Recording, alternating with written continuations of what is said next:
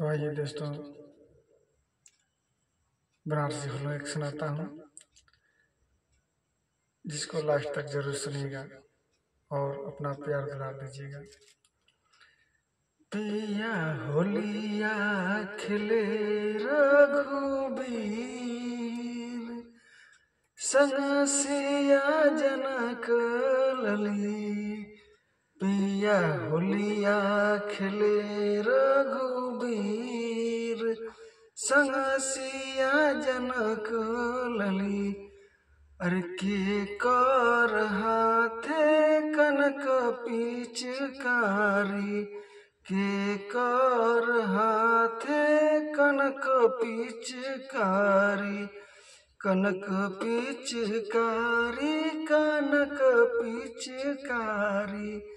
अरे के कर ये हो, के कर हाथे अबीर, संग सिया जनक लली। पिया होलिया खिले रघुबीर, संग सिया जनक लली। अरे राम जी के हाथे कनक पिचकारी, कनक पिचकारी, कनक पिचकारी।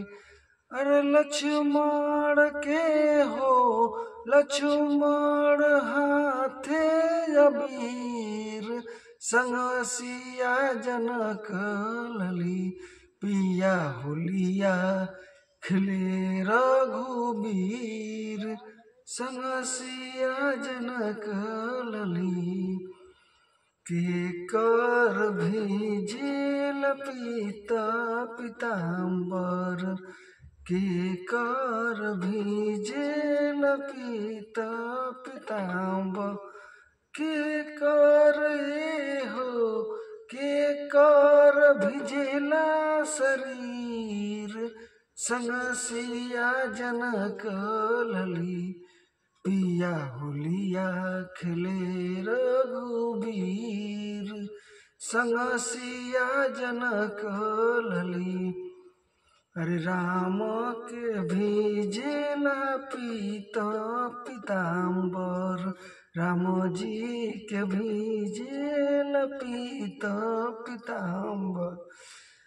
अरे सीता के हो, सीता जी के भिजेला शरीर, संग सिया जनक लली। पिया होलिया खिले रघुबीर, संग सिया जनक लली। पिया होलिया खिले रघुबीर, संग सिया जनक लली। बुरा न होलिया।